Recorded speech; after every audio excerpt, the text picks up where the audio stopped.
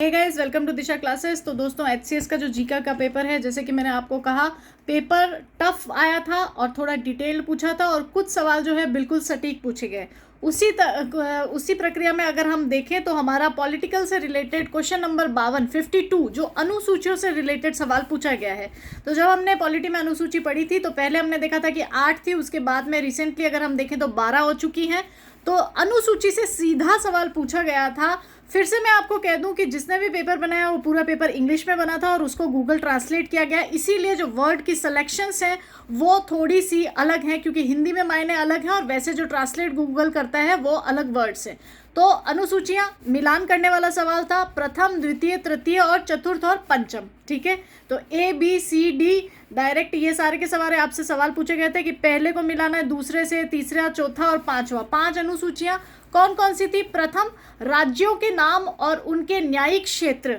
ठीक है, और उसके अंदर उन्होंने पूछा क्या? राज्य और केंद्र शासित प्रदेश, यानी कि डायरेक्ट इन्होंने कन्वर्ट किया था इस सवाल को इंग्लिश से हिंदी के अंदर।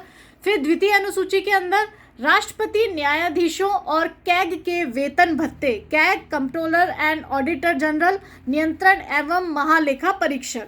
तीसरा जो है आपकी अनुसूची थी शपथ या प्रतिज्ञान के प्रारूप। ठीक है, शपथ के बारे में बताया गया है। चौथी अनुसूची की अगर हम बात करें, राज्य और केंद्र शासित प्रदेशों के लिए राज्यसभा में सीटों का आवंटन की बात कही गई है। और पांचवा जो आपका पेपर के अंदर ऑप्शन में दिया गया था वो था अनुसूचित और जनजाति क्षेत्रों के प्रशासन तथा नियंत्रण के बारे में उपबंध। अगर आप लोगों ने इसको ढंग से पढ़ा होता तो इसका जो आंसर है वो सी आंसर है।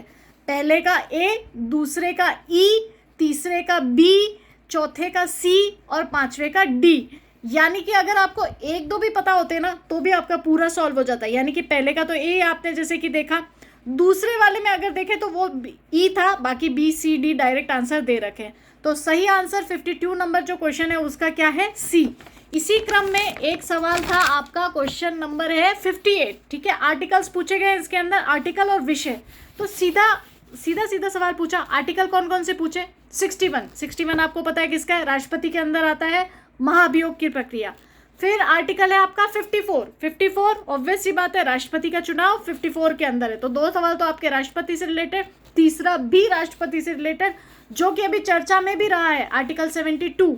थोड़ा बहुत न्यूज़पेपर पढ़ते हो, न्यूज़ वगैरह देखते हो तो आपने देखा होगा कि अभी कुछ दिन पहले एक बड़ी बड़ी हेडलाइन थी कि जो हमारे राष्ट्रपति जी हैं उन्होंने जो याचिका दर्ज करी थी, जो फांसी की याचिका थी, इसकी परिभाषा मैं बोल देती हूँ, जो है क्षमा आदि के कुछ मामलों में दंडादेश के निलंबन, परिहार या लघुकरण की राष्ट्रपति की शक्ति। ये तो थी संविधान की भाषा। सिंपल लैंग्वेज में अगर देखें तो राष्ट्रपति के पास जो शक्ति होती है जिसके अंदर वो फांसी जो है उसको माफ़ कर सकते हैं, तो वो जो शक्ति है उसका प्रयोग की बात कही गई है। जैसे कि आपने देखा कि रेपिस्ट जो थे उसके अंदर 2-3 रेपिस्ट थे, हमने देखा था, पूरा न्यूज़पेपर में भी आया था। राष्ट्रपति जी ने वो जो रेपिस्ट थे उनकी जो फांसी है उनको माफ़ नहीं किया, तो अपनी शक्ति का जो ये प्रयोग था उन्होंने किया और उनको माफ़ नहीं किया है उसके अंदर, और ये बहुत चर्चित था। 72 जो है आर्टिकल इसके अंदर दिया गया है। फिर आर्टिकल 76 जिसके अंदर क्या दिया गया है? राष्ट्रपति की शक्तियों के बारे में बताया गया है। आर्टिकल शक्तियों के बारे में जिसमें आर्टिकल 76 दिया था जिसके अंदर भारत का महान्यायवादी।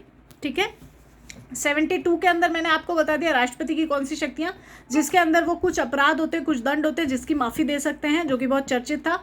आर्टिकल 76 पूछा गया था। आर्टिकल 76 आपको पता है भारत का महान्यायवादी। ठीक है, आर्टिकल 1, 2, 3, 123, मैंने 3-4 आर्टिकल आपको बताया है, 111, 123 और इसमें 123 के बारे में पूछ लिया। आर्टिकल 1, 2, 3, संसद के विपत्ति काल में राष्ट्रपति के अध्यादेश की शक्ति को इसके अंदर बताया गया है। ठीक है, राष्ट्रपति को जो अध्यादेश की शक्ति होती है किसमें? जो उनका विश्रांति काल होता है, संसद का विश्रांति काल के अंदर। तो अगर हम देखें, अगर किसी को 72 आता था ना, कि 72 जिसको आता था, आर्टिकल 72 में क्या है, अगर एक भी आता तो आपके पूरे के पूरे सटीक बैठ जाते। इसका आंसर भी क्या है? आंसर है सी। ए का पहला, बी का दूसरा, सी का तीसरा, डी का चौथा और ई का पांचवा। यानी कि ये सब एक ही क्रम में लिखे हुए थे, सही लिखे हुए थे, आपस में मिलान में एक भी आ जाता ना तो आपका पूरा सवाल सही हो जाता। तुक्का भी इसी तरह से लगता है, एटलीस्ट एक तो आया आपको। तो ये थे आपके पॉलिटी के 2 सवाल, क्वेश्चन नंबर 52 और क्वेश्चन नंबर 58।